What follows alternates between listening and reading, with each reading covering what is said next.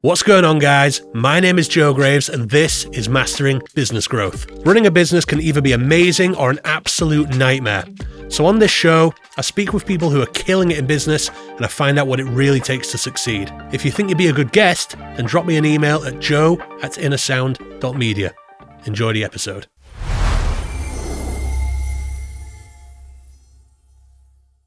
Mate, thank you very much for joining me. Welcome to Mastering Business Growth. Cheers, thank you for having me. It's been a pleasure. It was nice coming down here. I think the environment's really cool, by the way. Oh, thank you. I like the way that you've outfitted everything. It's very very welcoming. Thank you. Cheers, man. We try and keep it pro. So let's start with who the hell are you and what do you do?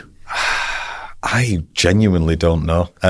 So my name's Andrew Overfield. I run a business called Prosper Careers, which is a recruitment company, which is mostly focused around supporting individuals getting work in the video game industry. Only started this year, sort of pretty much feeling around in April, probably went official in sort of June, July sort of time. And I've been in the recruitment industry for probably, only 9 years, something like that. And like I say, it's the plan is to support the two things that I love, really, recruitment, because for some reason I seem to be all right at recruitment, and video games, which is a huge love for me. Things are going good. We're getting towards the end of the year. Great conversations, great opportunities. And obviously, once again, talking to you guys is obviously a great opportunity to find a little bit more about what's going on in your world, get some promotion and lovely stuff. Shoot the shit, as it were. Yeah, lovely. Yeah. So take us back. I want to touch on why you decided to go self-employed, start a business. But let's start. Why recruitment? What got you in that world?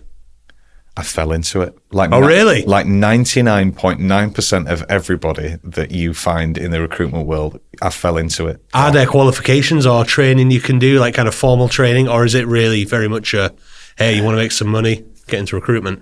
Well, the great thing about recruitment is there is no barrier to entry. Right. The worst thing about recruitment is there is no barrier to entry. So you can have... just like being a musician. Well, yeah, pretty much. I will still say that I'm a bedroom musician day in, day out, wannabe rock star. Why recruitment? So I'll take you back to like 2016. Mm-hmm. I was working for a manufacturing company.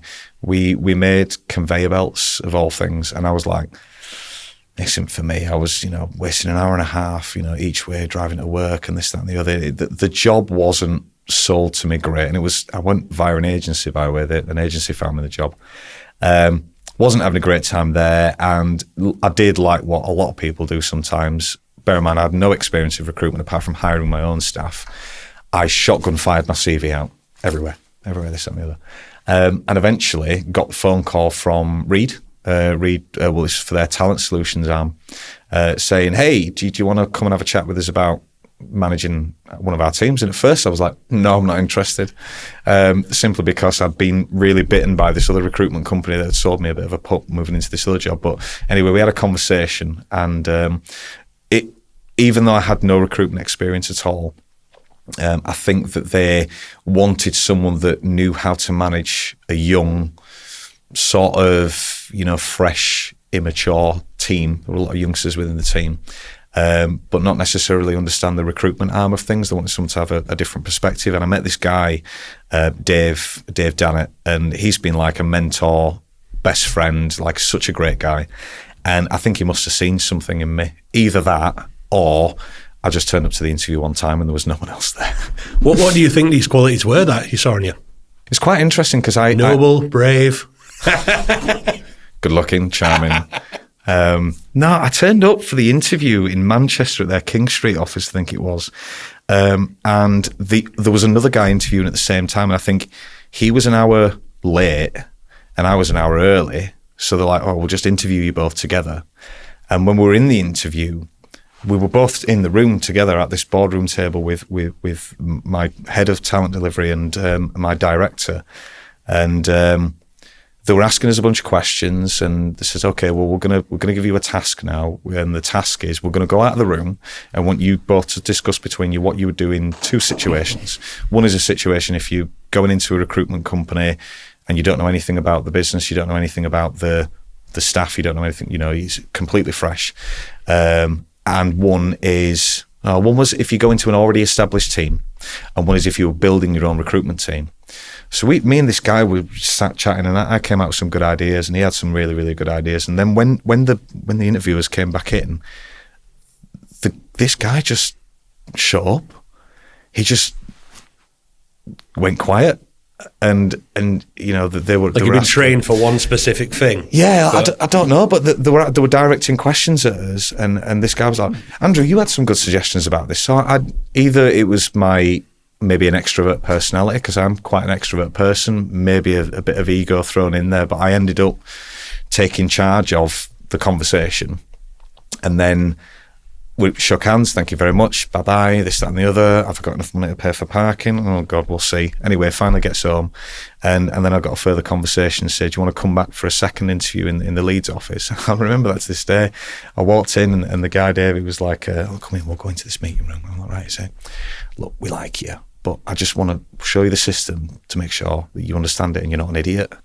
And I'm like, okay, fine, fair enough. And then in the January, I started there, and I think going back to your question, the qualities that he saw was probably, I don't like saying so because I don't want to sound egotistical or big myself up or anything, but it was more that was easy to talk to. I could have a laugh and I could have a joke. I suppose I saw things quite obtusely. I don't know if that's from a different angle. I was like, well, why don't we try this? Why don't we try that? I always have these 5 whys in my head, and if you get to the 5th why, you usually find out what the actual problem is rather than the first why, and then you stop.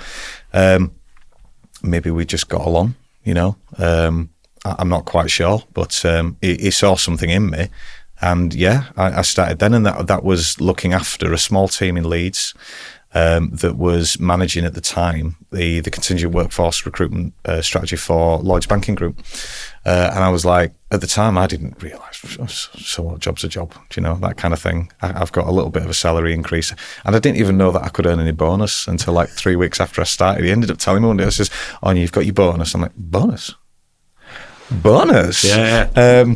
But outside of that, it was, I learned quite kinesthetically there. I was learning by doing, learning on the job, trying to figure out how to manage a small team, how to effectively operate a business, because we were running our own sort of little business within the company. I had such a great time.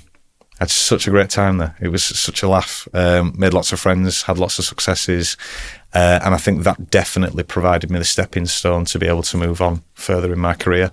But prior to that, I knew nothing about recruitment. Fair. Well, what was next then? Where'd you go after that? I moved on after about 5 or 6 years to Michael Page, and I went over to help look after their. I was a client delivery director for Page Outsourcing, which is essentially similar to Reed. It was their outsourcing brand. So rather than just having ones and twos and loads of clients dotted around like a 360 recruitment agency, it was more, we've got a contract with this client and we're going to fill all of their roles for the next 12 months, 24 months, mixed with some temporary and contingent workforce, as well as some what we call staff augmentation, where we would plant ahead into a business and they would work in that business as essentially as a member of that company for 3 months, 6 months, 12 months, so on and so forth. And that was interesting.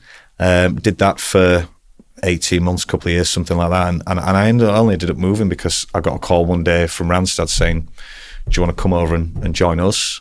I'm like, well, I'm happy where I am at the moment, and this is going on. We've got some growth. And then they told me what figure that they were putting on the table. I'm like, so let's have a conversation. I moved over to Randstad in January of this year, and that was an interesting move. Didn't spend too long there till about April, and then when I left Randstad, not by choice. Completely open about that. Didn't leave by choice. Sometimes you get along with people, sometimes you don't.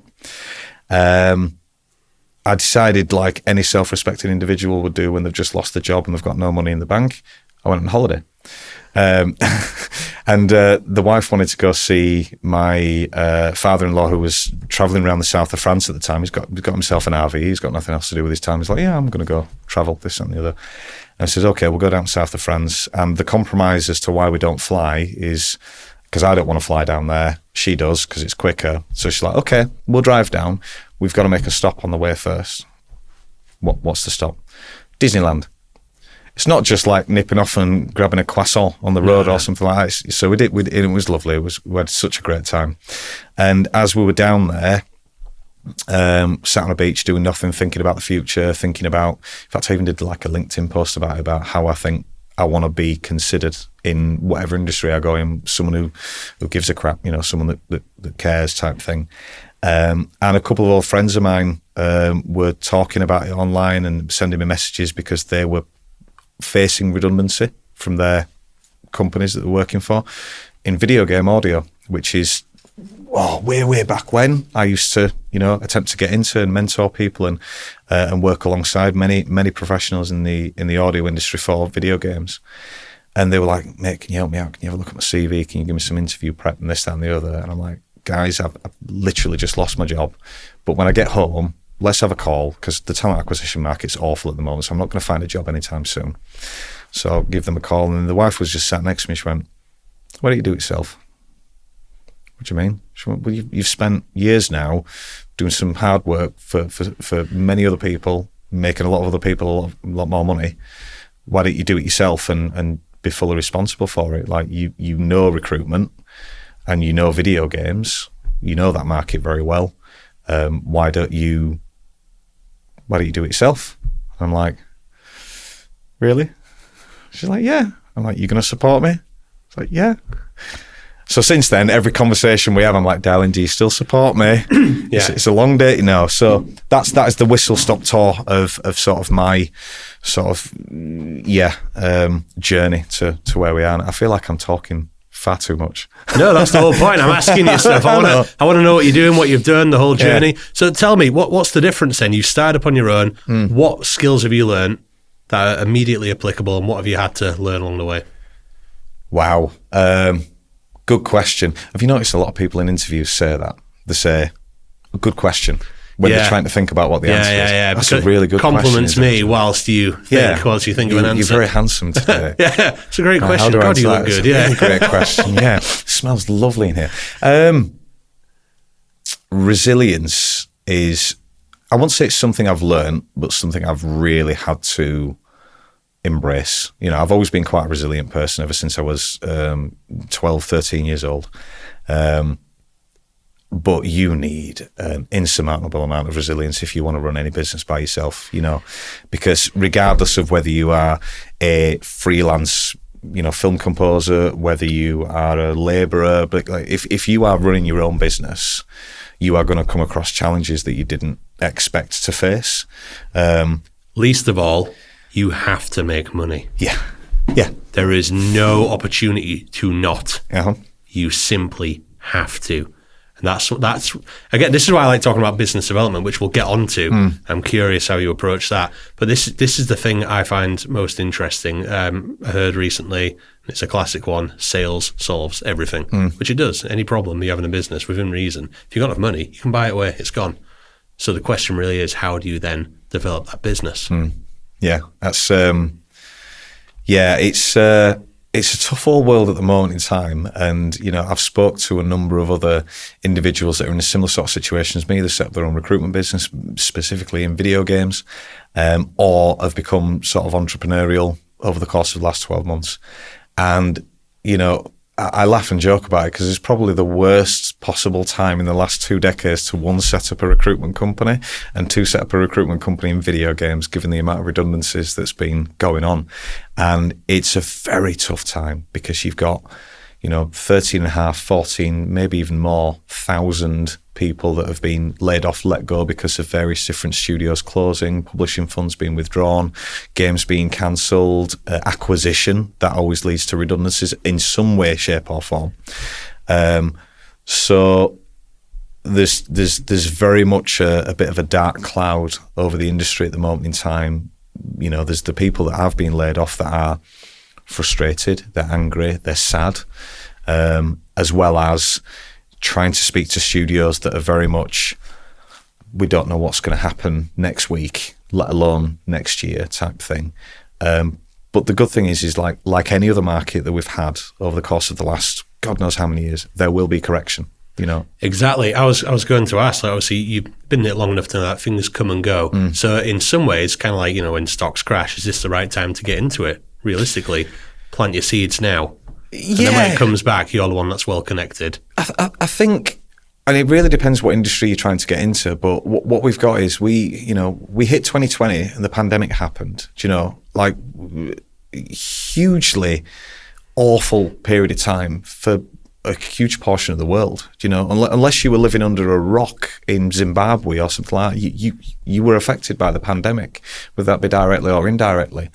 And how businesses reacted during that pandemic, was strong. We gained a lot more business in a lot more areas. I mean, in the company I was working for at Reed at the time, we froze recruitment on financial services and we stopped putting customer service advisors into call centres. But then we won tons of contracts with, pharmaceutical companies, COVID testing companies, supporting other companies that were doing field testing and all that kind of stuff. We actually ended up supporting the NHS to be able to recover plasma samples to give to Oxford, which then develops the Oxford vaccination, which at one point I was proud of. Now we don't talk about. The first rule about the Oxford vaccination is, we don't talk about the Oxford. It was AstraZeneca, wasn't it? That was the big challenging one. I can't remember, to be honest. But I suppose businesses grew. A lot of companies were spending a lot of money. Headcount was increasing significantly, and then we started closing down property, and we said we'll all work from home. That's great. So we start to remove some of those overheads and we go, I'll tell you what, to be competitive in the market, what we'll do is we'll offer some significantly higher salaries to remain competitive. But now we can hire a guy in Portugal that we'd normally only be able to hire down in Leamington Spa, 5 minutes down the road. But that industry has started to, all industries have started to correct themselves again. There's still a couple of industries that are still booming because of the pandemic, logistics, transport, FMCG, retail's doing all right if it's online. But we've started to see, okay, businesses do want people back into the office and we are going to have to pay for additional on costs, but at the same time, we're also paying the inflated salaries that we started paying in 2020. So there has to be, and quite understandably, some serious, decisions being made about what spend is going into what businesses. And unfortunately, the tech world, including the video game market, has been hit quite significantly because of it. Have you not been able to dip your toes into other different other industries since, or is it really a matter of you niche down so hard in one thing and that's where your contacts are? It's not so easy to copy the formulas you're using and put them into different industries. I think the potential's there for anyone wanting to start up their own recruitment business. If they decide they want to go into life sciences or they want to just specify in technology, absolutely fine. I think there's still opportunities there. And as the market corrects itself, maybe businesses will be making smarter decisions about where they invest their money and maybe not outsourcing their recruitment as much. But there is still work out there. There's still 12,500 video game vacancies out in the world at the moment in time, based on figures. Well, I did look at them last week, but 12,500 jobs out there. Somebody's got to fill them, whether that be internal recruiters or external recruiters like myself. Someone's got to be filling them, and someone needs work. So, I think there's definitely opportunities. And as the market corrects itself, my personal opinion is those that are having great conversations, those that are supporting people, whether that be selflessly or whether that be for monetary gain or whatever, these are the people that, and obviously with resilience and enough runway, are going to be the people that will get out of the other side, get out of the shallow end and go, we've made it type thing, if that makes any sense. Does, yeah. So tell me, business development, how do you approach it? How do you even begin to navigate this world of, select amount of jobs, select amount of clients, if you will, companies? Yeah. How do you even begin to approach that? I'm going to answer that question by asking you a question first. Go on. And I want you to be completely honest with me. I can't do that. Go on. Can I have a cigarette in here? You cannot. Why? It's a good question. I don't know. I just assume not. Why? Probably not. I don't know. Fire risks? My point we is... don't own the building? No. My point is, if you ask enough whys, you'll get to the actual reason. Okay. I don't want to smoke in here whatsoever. Yeah. But, and I already know. What if I said, sure, man, light up? Then I'd be like, that'd be, we'd have to cut, we'd have to rewind. And, anyway, the point is, if you ask enough questions, you'll get to the actual reason why. So, what you'd say is, I don't want you to smoke in here. But why? Well, because, it's a law that you can't smoke in these premises and we don't own the premises. Why? Well, because back in 2007, the government made it, mandatory that you can't smoke in works and so on and so forth till you get to the actual reason why. But if I then said to you, I don't know, I want to put a metronome right on the table right now and set it to 92 BPM, would that be all right? Sure, be a little annoying. It's different. It's definitely different, and it's something you probably haven't experienced before. But the reason that I use that as an example of there is no set real way of doing business development. You know, there might be something different that no one's ever thought of before. And me personally, I hate it. Right. I hate business development. I hate the fact that we call it business development. I hate the fact that we call it sales because I'm not a salesperson. I don't like selling anything to anyone. If you were to ask me what my theory is, have great conversations with great people, have mutually beneficial conversations. I mean, like when me and you first started talking, like we didn't talk about the podcast or business for ages. We were talking about Metallica. Yeah. We were talking about tattoos. We were talking about heavy metal. We were talking about video games. And you start to have just a mutual respect for one another. And if that turns into something that can be, actually we could do some work together, or you might provide me I know this guy. Oh yeah, and before you know it, you get referrals and this, that, and the other. But like the hard sell, the cold call. Don't get me wrong, I've tried it, and I've sent the BD emails, and I've hey, I've noticed you're recruiting for a producer in so and so. I've got some candidates. Let me spec them in. No, they don't know me. Well, it's only exactly the same as me getting an email from Currys today saying that there's £30 off a Dyson vacuum cleaner. I'm not in the market for a Dyson vacuum cleaner at the moment in time. So guess where it goes? In the bin. So I think it's a combination of having the right conversations with the right people at the right time. Obviously, there is a science behind it. If I think to myself, I noticed that studio has now received $15 million worth of funding to go towards their next project, I might then think to myself, okay, let's start having a conversation with some of the decision makers that are there. And if there is some mutual, back and forth and banter, as the kids call it these days, I don't know, there might be something there. And how do you have conversations with these people? Is it hard to get in touch with them? Sometimes. I mean, very, on the very rare chance that you manage to send an email that someone's actually going to read and what have you, you might get a 1% response rate. Go on, let's have a call. And that call might turn into something.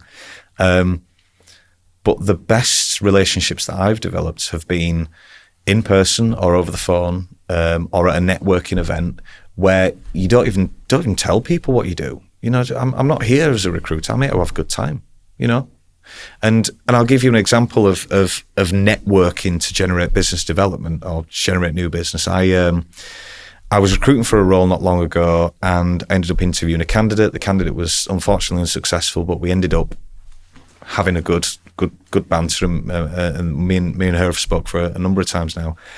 And then somebody else got in touch with her saying, I'm looking for an audio job in games. And she's like, well, I'm not an expert on audio, but I know a guy that knows video game audio and all that kind of stuff. Let's put you in touch. I mean, this guy, we ended up getting on a Teams call, and I suppose it was just a scoping session, like discover, like, what do you know? Who do you know? Is anyone you can introduce me to? This, that, and the other. And he's a really nice guy, by the way. And I started saying to him, well, you need to increase your LinkedIn presence. Like, it's not just throwing your CV out there and hoping that you get a bite. It's going to be, improve your link, put a banner on your LinkedIn, make sure that you've got keywords on your LinkedIn profile so that if recruiters are doing Boolean searches, they will see that you've got FMod, Wise that you're used to working with in Unity or this, that, and the other. And he's like, oh, this is really, really cool. And says, and put some posts out there, like, you know, connect with like 20 new people every single week and just like their content and this, that, and the other, so that when a role does come up, an audio director at Studio A is potentially looking for a job, they've been connected with you for 3 months. They've seen that you've had some interaction. You might have even commented on their post. Your name might be a little bit higher on the list than anyone else in the pot. You might be able to generate a conversation. And he was like, oh, I don't really like LinkedIn posts. It's a bit egotistical. It's a bit show-offy. And I'm like, thanks. I says, I personally don't really like it myself, but I understand brand awareness, and you know, it's nice to share nice things. So I said to him, I'll tell you what, I'll write some LinkedIn content for you. I said, what do you mean? I says, let me just give me an example of what you'd like to talk about. It's been 10 years since you worked on this video game. Do a post about it. What do you mean do a post? I says, do a post, put a nice little image, put a post, maybe put some emojis. And he looked at me like, fucking emojis. Yeah. Whatever. So I wrote a couple of example LinkedIn posts for him. Thank you, mate. Excellent. Right, I'll see you later, blah, blah, blah, this, that, and the other. And then he called me back like a few days later saying, look, I'm off to this event and I've got some tickets. Do you want to go? And I couldn't afford it at the time. I was like, I don't really have the finance to be able to. And so he got me tickets for this event. I went to this like 2-3 day event in Liverpool and had more meaningful conversations with studio leaders, decision makers, than I would ever have obtained in the whole week of sending out BD emails, simply just by going there, shaking hands. Do you want a drink? Talk to me about your game. Tell me your journey. Tell me your story. And that's something that's always interested me. So it's just getting to know people, isn't it? So when you were advising this guy, was that all just free, just you just paying it forward sort of thing? I'm a big believer in that. I see things out there like, oh, the perfect sales script, and it's every time like, you kidding me? Yeah. It doesn't exist. No. It's awful. It cringes me out to high heavens. There's no such thing as a sales script. And I believe if you've done your homework right and done all the groundwork and you've actually built relationships, a sales call can be, or a sales conversation can be like, you're going to do this, by the way, or do you want to give this a go? Sometimes that's what it is. Yeah. And it's that simple. Because, well, one of the biggest revelations I had is you can't make someone buy. No. You absolutely cannot. It cannot be done. You just have to be the first person someone thinks of when they need what you do. Yeah. And that is all you can do. You're right. Yeah, just be ready. You're absolutely right. And I have, you know, I have a motto that I've not created, but I wouldn't know where to credit it from, but people like working with people that they like. Mm-hmm. Do you know? People, and if you've got a team that's working for you and you really, really like that team, you will go to the ends of the earth to make them happy, and they will continue to want to work for you, even if there is a job that pays $5,000 a year more down the road. You know, people like working with people that they like, and I think that's exactly the same for business. And, you know, there's a lot of people that don't understand that you should probably treat your relationships in your business like you would treat your friendships, like you would treat your romantic relationships. You know, when you first meet, hiya, text. Yeah. I'm not saying you should ever message your client saying, I'm thinking about you, kiss. But what I mean is you've got these regular touch points, you know, just give a shit. Yeah. I think that like you obviously you have business relationships and you have personal relationships, but to me personally, the lines have always been a little blurred anyway, because you get to a point where you are just sort of pals with people. Yeah.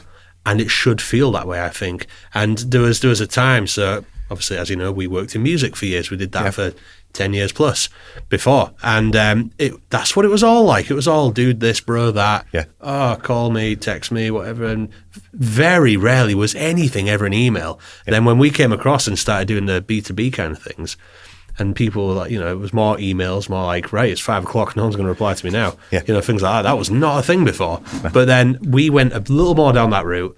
And even you get advice from some people where it's like, yeah, definitely, you know, keep it more formal, like, dear Jonathan, blah, blah, blah. It's like, well, you know, and we tried that a little and it felt so wrong. And we noticed the immediate knock-on effect for like, that affects how you build these relationships and therefore get work. Yeah. So we've kind of pivoted more back to, we're just kind of pals with people now again. Yeah, they are business contacts, if you will, but I can still be like, oh, so-and-so like this or whatever. Oh, I've seen some at Mint they probably want to buy or whatever. And you just text them it. Yeah. And I've found that is the best way. Absolutely. I think just being just a genuine person. Every single person that you connect with on LinkedIn, every single person you meet at a networking event, they're just people. Yeah.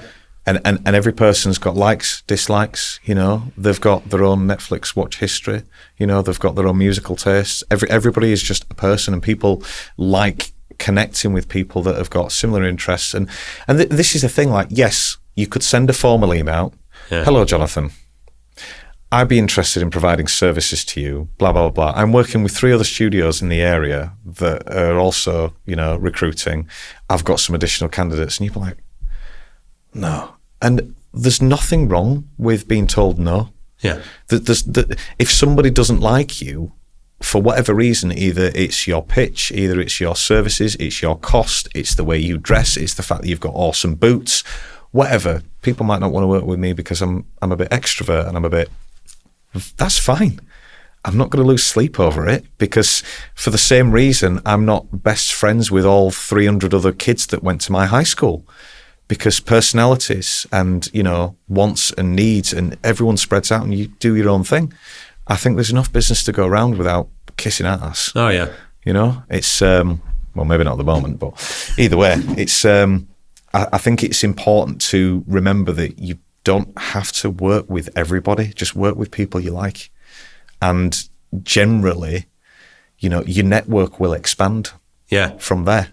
Do you know what we've noticed, again, like in Innersound? It's like, there's a few of us here and we're all into different things. Like, you know, I'm into music, Star Wars, you know, other guys are into football. I don't really care about football. But it's interesting how, like, you have businessy talks and they be what they are.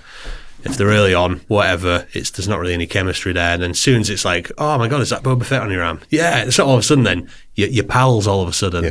And that's it. You really build that relationship. And that's when business happens. Yeah, you're right. And I think that, you know, you've still got to maintain a professional element to your relationship. Like, there has to be boundaries, but so long as you... And I used to have this thing... when I used to manage my team in my first recruitment company, I used to have this thing where if I needed to have a serious conversation with someone, it'd be in the office. We'd go into a boardroom, or we'd go into a separate office, and I'd be like, look, this is what's happened. What we're going to do to fix it. I'm not telling you off, but just don't do this shit again. You know, just that's it. But I always had this rule where the very second you leave that office, that situation's done. Absolutely done. And I could do, or sometimes I would take people out of the office and go for a walk around, was it Park Square in Leeds? There's a lot of lawyers around there for some reason, I don't know why. And we'd walk around the park for lunchtime. And I'd be like, look, dude, you fucked up here. We're going to get back to the office and we're never going to speak of it again, but I don't want to have this conversation again. Yeah, absolutely fine. Did you find it ever lingered on and like became bitter because of that, or did people take stuff on board? Yeah, I think people took things on board because it was an opportunity for me to share insights of what I wanted to do with the business at the time, or what some of the stakeholders wanted to do, you know, some of the senior management, and I could share that information with a few select individuals. And you could do that. I mean, obviously you get back to the office and go, what did Andrew want? What did he want you for?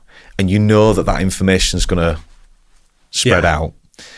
But you tell certain individuals because you know that it might not come well from me. You know, I might be like, guys, we're going to get great bonus next month. Oh yeah. But if you tell it to someone else and then they tell the rest of the team, I will believe him because we're mates with him, type thing. Yeah. But I always made a point, if I ever had a difficult conversation with someone, the very second you either walk out of that room or you walk back into the build, it's done. It's absolutely done. And you can still go back to, did you watch Game of Thrones last night? You know, or did you watch Strictly Come Dancing or whatever it is? And I think that helped. So you've got to maintain a professional relationship. I mean, the clients that I work with right now, you know, some of them I've got on WhatsApp, and we share memes with each other. Is that memes? Memes. We share memes with each other, and we have a laugh and a joke, and I'll tell him, you know, a joke, and he'll tell me a joke, and this, that, and the other. But, you know, if something's going wrong, I know that there's a phone call. Hey, mate, things are great, but we need to have a conversation. Okay, what is it? This has gone wrong. No worries. Let's sort it. Let's fix it. And as soon as it's fixed, as soon as that conversation's over and done with, carry on. Yeah, we've got a very similar thing. Just in Innersound group chat, it's just memes. Yeah. But sometimes it's like, again, so originally just me and my brother. We've got a river guy now, and it's like we know very much when we're pals, when it's business, and even like with partners now, and it's like, there's a problem, that shouldn't have gone that way. Again, just facing the fact that, all right, well, we address it, and it's not a problem. You just, that's it's a funny one to get over, isn't it? Because you do start off all dude, bro, and it's like, but then, we're all here trying to make money, right? So we need to address the problems. And it's a funny one getting good at that. Yeah. It's not as straightforward as you'd think. No, and you to say something. The only reason that I'm confident in doing the things that I do is because I've made mistakes. Yeah, made mistakes along the way. And you have to make those mistakes to be able to learn from them, because if you're in this bubble all the time and you're doing great and you're doing great and you're doing great, you'll never realise what a negative situation looks like, Now, quite thankfully, as you mentioned earlier on in the conversation, you get hungry because you need to get paid. You need to get paid. Now, thankfully, I know what it's like to be hungry. I grew up in a council estate in Leeds when there were some times where we had to decide it were either beans or toilet paper. We couldn't afford both. So I know what it's like to be hungry. And, I always said for my wife and my family, I was like, we are never getting in that situation ever again. It doesn't matter if I've got to work late tonight because I've got source candidates or I'm speaking to clients and this, that and the other. And you do get hungry when you're working for yourself and you've run out of runway and all that kind of stuff, and you don't want to dip into your savings and all that kind of stuff.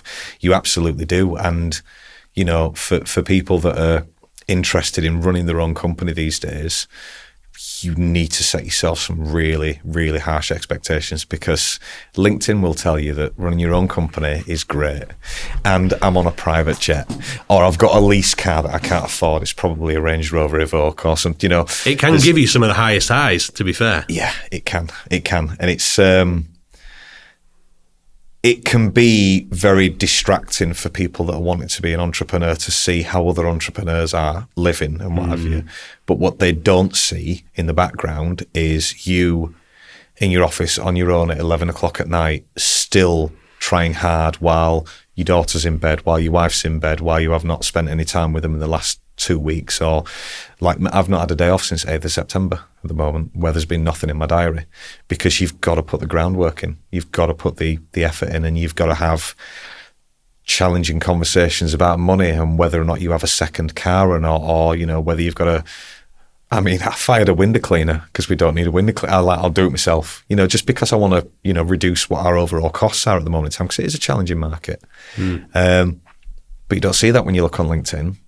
You look at, I'm a marketing executive now, I've set up my own business and I'm working with blah, blah, blah, blah, and I've just got my nails done, and here's me with a nice spiced latte or a pumpkin spice latte. It's just that classic thing of like, if it looks like I'm doing really well, people think other people are hiring me, and it's like, that's too obvious. It's like, no one's buying that. Yeah. Or if you're talking about how much money you make, I'm doing really good at the moment, really good, this, that, and the other. It's like, here's how I made 6 figures last month. Yeah. Really? Oh, good for you. Absolutely good for you. But like I say, I think going back to an earlier point, being a genuine, no, not even being a genuine person, being the best version of yourself, I think is important in any form of business relationship, whether you are managing staff or whether you are, negotiating contracts, or whether you are networking with potential clients. Be the best version of yourself as a genuine person, and people will gravitate towards that eventually. Agreed. I think. Yeah. Anyway, I'm not an expert. This is the thing. I'll never ever claim. When you ask me to be on the podcast, you're like, mastering the art of business. I'm like, mate, I can't even master the art of like trimming the own back garden. I call it mastering business growth, but it's really just about getting people's stories. Yeah. Because everyone's got wildly different stories, and I'm trying to find the common themes between what works, what doesn't, and I'm already finding a lot of clarity in what works and what doesn't. It's very much about relationships. Absolutely. In terms of business development, in terms of operations, I almost consider that a given. Like, you have to be good at what you do. If that's not in place, sort that before you even go to market. Or, you know, you can, obviously you don't have to be perfect, but you can figure things out the way. Be careful about what you promise people, of course, if you can't do it. But I consider that a given. The hard part, I think, is the trying to find emotional stability when the world is against you and things look insurmountable. And how do people go through that? Because that is fascinating. I find that fascinating.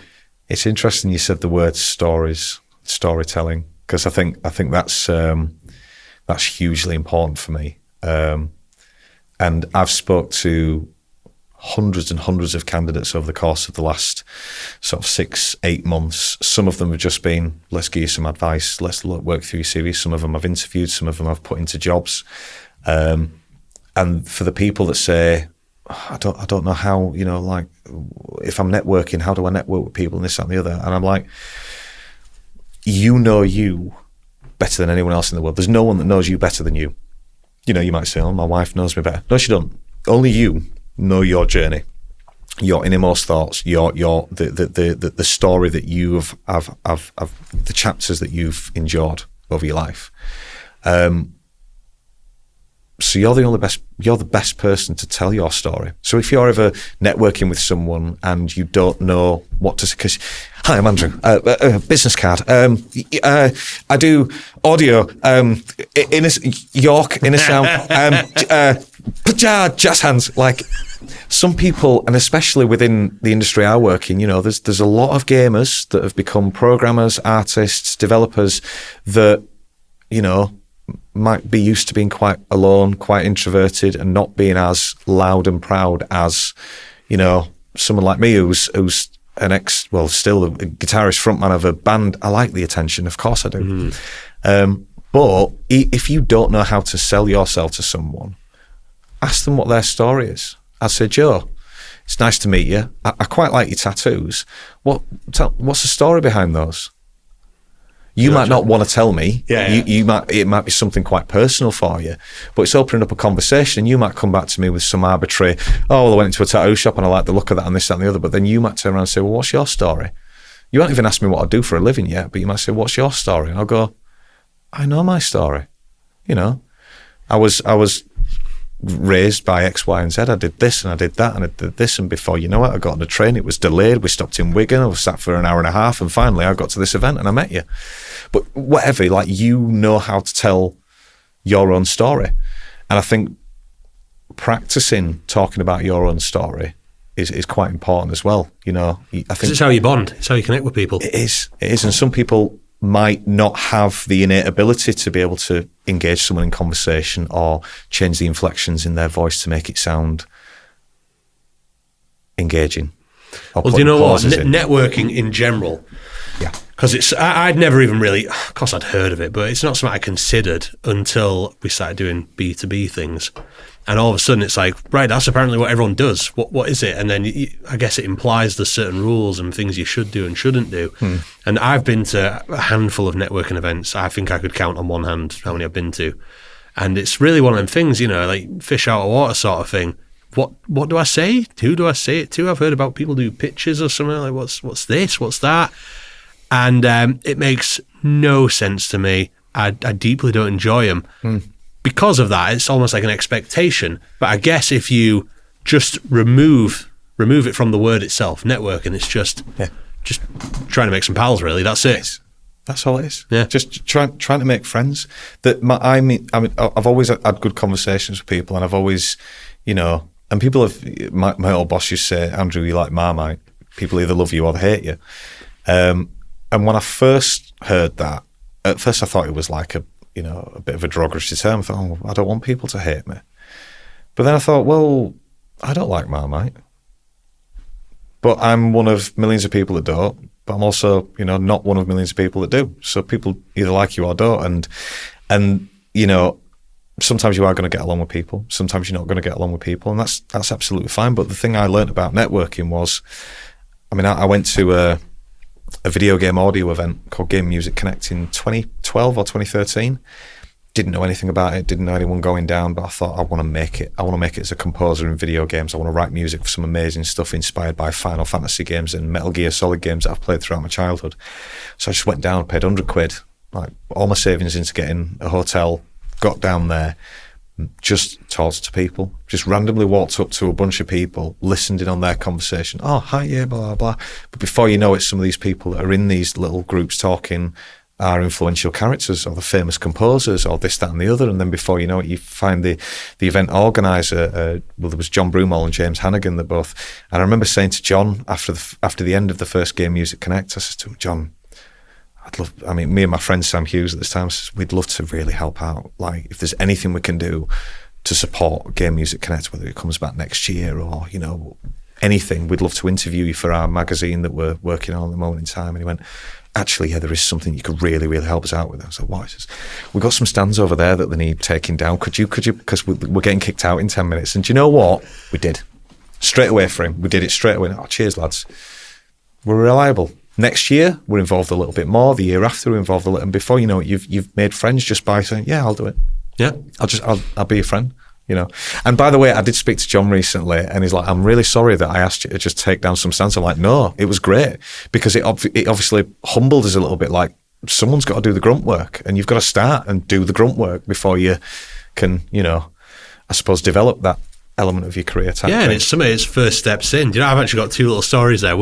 So me and Sam have, we've co-written and produced 2 songs that have been on video games. All right, and really they weren't written for games. They were just bands we'd recorded. Yeah. One of them's on Forza Horizon. All right. It was a band called I Set to Kill, Die Trying, and we'd co-written and recorded that out when we were living in Arizona. Oh, brilliant! And it got on, and Sam gets his you'll have to remind me of the exact figures, but it's something like 50p a year. Mate. It's hilarious. Gets the check through like, Joe, I think we're ready to retire, man. Yeah. We've got our annual check from Sony or whatever it was. It's hilarious. And there was another one as some sort of place, like the drum version of Guitar Hero, whatever that is. Okay. I can't remember what it's called, to be honest. Right. But yeah, there was I think there's Rock Band or something. Yeah, that's like it, that. Rock Band. Yeah, there was a song on that we'd done. Same deal. That's we really don't cool. get any money from that one at all. Do you know, it's interesting that you talk about royalties, because I've been thinking about, I always rack my head every single day about what sort of content could I put on LinkedIn to make it sound, innovative or engaging or informative. And I got my PRS statement through last week. I think it was 12th, was it released? And bear in mind, I used to write music for film and TV, and if I was ever writing something for a publisher and the publisher was like, it's not quite what we're looking for, I'd put it into a different library, and that library would then be synced to TV shows. So even the crap songs would end up going into a library that would be on Top Gear or America's Next Top Model or Ink Master or something like that. That's awesome. Before you know it, you wouldn't know what it was being used for really until you got your PRS or your BMI statement to say, oh, your music's being used on X, blah, blah, blah.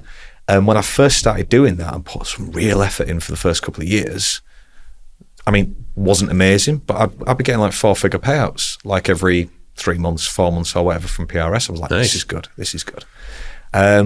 Was it 4 figures by the skin of its teeth sort of thing, or was it an acceptable amount of money? Like, you could arguably learn to make a living from it and harness it? Nah, I think the most I ever got was just short of $3,000. Right. So it wasn't, but for someone who's part-time working at B&Q, trying to become a composer, I was like, oh my God, look at me, I've made it. I know, it's like, yeah. And then you're like, credit card, isn't it? Yeah. So I can't afford to pay you this month. But no, so it wasn't, I've got friends of mine that have, they write hundreds and hundreds and hundreds of pieces of music every single year. I'm constantly churning it into libraries. And there's one guy I know that, he's got like 1,000 placements now across various different TV shows, and he's made a living from writing library music. And the one thing, he's incredibly talented, far more talented than like I say, I was always just a bedroom composer type thing. And I got my statement through last week, and I thought that's quite an interesting post I could put on LinkedIn, because when I first started getting it was like 4 figures, and then after a couple of years, because I'd not been writing more music and putting it in the libraries, it'd go down to 3 figures, and then it'd go down to you not being. So sometimes with PRS, if your statement or your works haven't generated enough royalties to exceed $30 or 30 quid or whatever, or something like that, you don't get paid at that quarter. They pay you at the end of the year in December. And I remember for a couple of years, I was like, oh, I've not received a payout in October, or I've not received a payout in July. And then I got my statement through the other day. It was like 75 quid.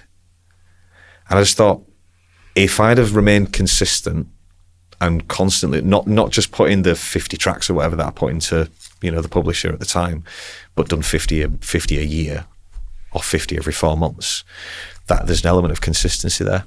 And I think that is also quite relatable when it comes to business, because if you're not consistent, then you won't see the fruits of your labour. And it doesn't matter what you're doing, like whether it's lifting weights, whether it's business, you name it, you have to accept that, and particularly if it's a big challenge, you're growing a business, or becoming a composer, whatever. You have to accept there might be years. Yeah, absolutely. Until you're getting anywhere. Yeah, and you might not see. I mean, the gains might be marginal over time. Like you said, got weights. I mean, I've tried it. I've tried going to the gym, and I've tried trying to look buff. I don't have the energy or the effort for it. But I understand that you've got to put your body through it, and you've got to put the work in, and you've got to lift and lift and lift, and you've got to keep going back, and you've got to look after you.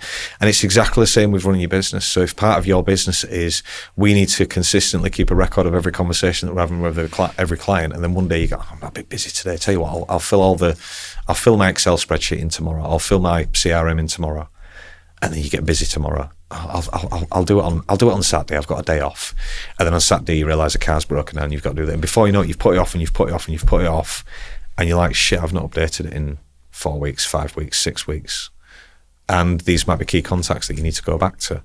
And it's the same with anything, and you'll know with music production. The first piece of music you produced wasn't great, was it? I can't imagine it was great. No, it was not. No. What did you use? What did you record it on? So we've used Cubase since day one, okay. and again, so we started. I think we got into it because we were recording our own band at the time, and because we got interested in the sort of new wave of production. Yeah. So like bands were coming along, like and a producer called Joey Sturgis, and we really liked his work. So it was more to the grid and all that. Everything was proper, tight sounding, and that's when kind of home recording, plugging guitar straight and DI was more of a thing. That popped up, and all of a sudden it was like other local bands were like, hey, that sounds better than the crap we were doing, sort of thing, because I was emailing these guys, later down the line we ended up doing loads of projects with Joey Sturgis and that, and it was really cool. In fact, one of the biggest, talking about free work and whatnot, we did loads of work for Asking Alexandria, and we did a bunch of their first, because they're all from York, and every time they came back, we would do bits for them. Come to the studio, got to put some demos down. Then that led to a great career doing stuff with them. Sam was touring with them for like 3 years straight. Wow. In the States and whatnot. But that all came from dipping your toes and doing some free work, and just you don't immediately jump in like, oh, who do I bill for this. That's how you become pals with people, and you just go down that route. And I think the element of consistency, so going back to my point, like the first time you produced anything, you might not have understood what sort of EQ to use. You might have overcompressed it. You might have done a Rick Rubin with Death Magnetic and just completely flattened the whole thing. Or maybe had a bad snare that nobody wanted to listen to. I often, occasionally, I'll listen to things that I'd produced a long time ago, just out of sheer curiosity. Because even though we don't really produce music anymore, I'm still interested in it. Yeah. That's still what I did all day, every day for 10 years. But you can use those. And I mean, I've watched some of your previous sort of like snippets that you've recorded with other individuals that have come on this show. You can absolutely tell that the lessons and the skills and the consistency that you've done in terms of audio production have lent itself extremely well to being able to produce quality in here.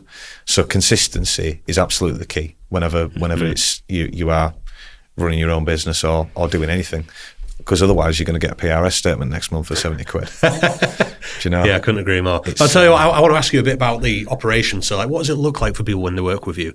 So again, obviously wildly off topic, but let's say you start chatting with a client, they go, do you know what, I'd like you to start sending people our way. Yeah. How does that look for them?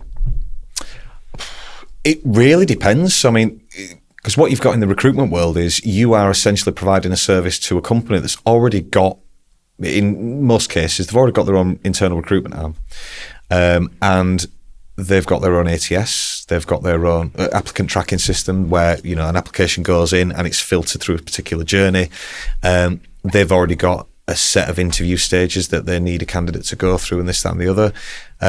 Now, if I'm just working with a client, like only just like within a couple of weeks, then, conversations about what the candidate's going to expect. I ask them a hell of a lot about culture. But I don't say, what's your culture like? Because everybody's going to say whatever the mission statement is. Oh, we've got fucking beanbags on the floor or a beer tap in the. That's not culture. That's a couple of perks. Culture is how you are treated as a human. Do you know, I actually, I read this recently. I've seen it go circulating on LinkedIn. Yeah. Company culture is exactly that. It's not beanbags. It's not this. It's not, whatever flexi time. It's how people feel on a Sunday night. Yeah. I thought that's a really interesting way to phrase it. You're absolutely right. It's about people, and it's about the environment. It's about the overall atmosphere. That's what the culture is. So I try and dig a little deeper. And because I would never, ever, ever want to be on the phone to a candidate potentially representing them for a particular role without knowing myself that I'm working with a company that I want to work with. I don't want to work with every single studio in the world. I want to work with a handful at a time to make sure that I'm giving them the right service. But over time, once you start to develop some credibility and some reliability with a client, because if someone walked into your office right now and said, "You're doing this wrong, your lights are wrong, your cameras are wrong," you go, "Fuck off." Yeah. In gritted teeth. But if me and you have had a relationship for 5 years and I come in and say, "I'd change your table, mate," or "I'd change your microphones," or "just double check the sibilance on your mic," you're like, "Oh yeah, interesting." So once you started to develop some credibility and a good relationship with the client, that's when you might potentially want to talk about how better to service their needs. And you're like, so you've got the applicant going into your ATS here, but then they have to come out of the ATS to go do a test, and then go back in after they've done the test, and then you put them into a different system as an interview scheduler to come then back in. I'm like, they're going in and out of this process all the time. What could we do to potentially streamline that? And how do we then keep the candidate, communicated and engaged the entire time? Like, if I've got anyone in process with a client of mine, I speak to the candidate every day. And even if the news is, I haven't got any news, I always think, and this is another thing that I literally have it on a post-it note on my wall behind me, right next to a picture of my wife, because that keeps me going. What if it were me? What if it were me? If I'd applied for a job and I'd been let go, or I'd been laid off, made redundant, I've probably got a bit of redundancy, but that'll last me till Christmas. I'm skint. The missus has just given birth. I've got the mortgage wolves at the door. What if it were me that had applied for that job? And these candidates, they get no response. They don't even get a generated, thanks but no thanks type thing. What if it was me that was struggling, potentially mentally, fiscally, emotionally, with the family, stressing about money? What if it was me? I'd want to know. And even if there isn't an update, I'd want to know that my recruiter gives a shit. All boils back to you got to give a shit. That's it. Exactly. So this conversation isn't any lesson in this is the way to do business. No, I think this is the way to just do life. Give a shit, be a nice person. People like working with people that they like. And for me personally, if I'm not doing it, someone else will be.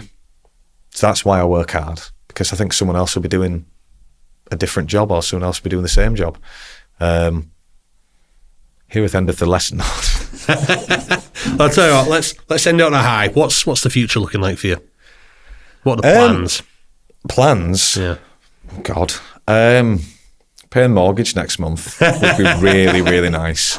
Plans for me is to continue having great conversations with great people, continue supporting where I can. From an operational perspective, I have obviously gone from, I've built my career up in terms of recruitment to a point where I'm like confident. But, there's only so much time you can put into like the candidate sourcing and all that kind of stuff and the client acquisition without, growing your business. It can stop it. So, by the end of next year, I want to have a few people working with me to support what that growth looks like. I would like to have some exclusive clients that we have a good relationship with, a good partnership with. But more than anything, when somebody finds my name on LinkedIn or the business name, I want that to be associated with just somewhere that gives a shit. I like that. I know we talked about swearing earlier on the podcast, and I shouldn't be doing that. So it's not that you shouldn't. It's just whatever you want people to see. It's human, isn't it? It's human. Like even the most prestigious director or CEO of a company, if he stubs his toe on a table, he's not going to go, well, that was unfortunate, you know. Oh, unfortunate. I mean, you know, come on. Did you even figureheads of the entire country like can have a bad day and what have you, or even say the wrong thing? You know, if you can go to work, don't go to work. You know, sorry. I saw the Boris Johnson interview with Stephen Bartlett the other day. I started watching that. I want to finish it. But everybody's human, and I wouldn't want anyone to think that they're working with me or working for me or working alongside me or having any form of relationship with me as a professional entity that wants to talk to you about how we can grow your business and expand and be able to support that moving forward. No, because that's robotic. That's, you know, it's like working with Sheldon Cooper, like, who I love, by the way. I just want, you know, next 12 months, have a good bit of runway in the background, provide a little bit more financial stability for the family, which is good because my wife's setting up her business as well at the same time, which is great. You know, we're like passing ships in the night type thing. But by the end of the next 12 months, have 2 or 3 people working with me, supporting a number of studios, and potentially have a look at additional growth. But just to help people get jobs in such a tumultuous and terrifying world for some at the moment in time, based on the video game environment and the economy. But just help people and, you know, pay my bills while I'm doing it. Do you know? That's been my life mission, to be honest. Yeah. You know, pay my bills, make enough money to live, but have a good time doing it. That's You've got to do it. You've got to do it, because you know what? You're going to be in exactly the same size box as everybody else. Do you know? At the end of the day, you're going to be in the exact same box as everyone else. If you were sat there on your deathbed, someone would say to you, like, you know, what? Do you have any regrets? And you want to make sure that you say no. Yeah. Nah, pretty much did everything that I knew I should do, even though it was scary. Yeah. And it is scary. It's scary. But it's fun. Yeah, it's fun. And you know that every single minute, every single minute second that you are working for yourself, you're doing it for you. You're doing it for the family. You're doing it for your own personal gain. You're doing it for your legacy.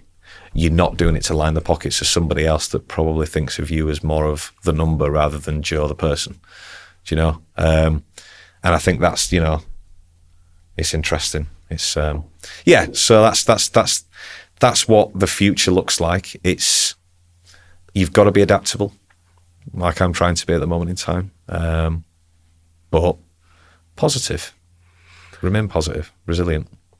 And that is the perfect place to end. Mate, thank you so much for joining me. It's been really good. Joe, thank you, mate. Cheers, buddy. Cheers. Thank you. Thank you so much for watching this episode. Again, if you think you'd be a good guest on the show, then please drop me an email at joe@innersound.media. See you in the next episode.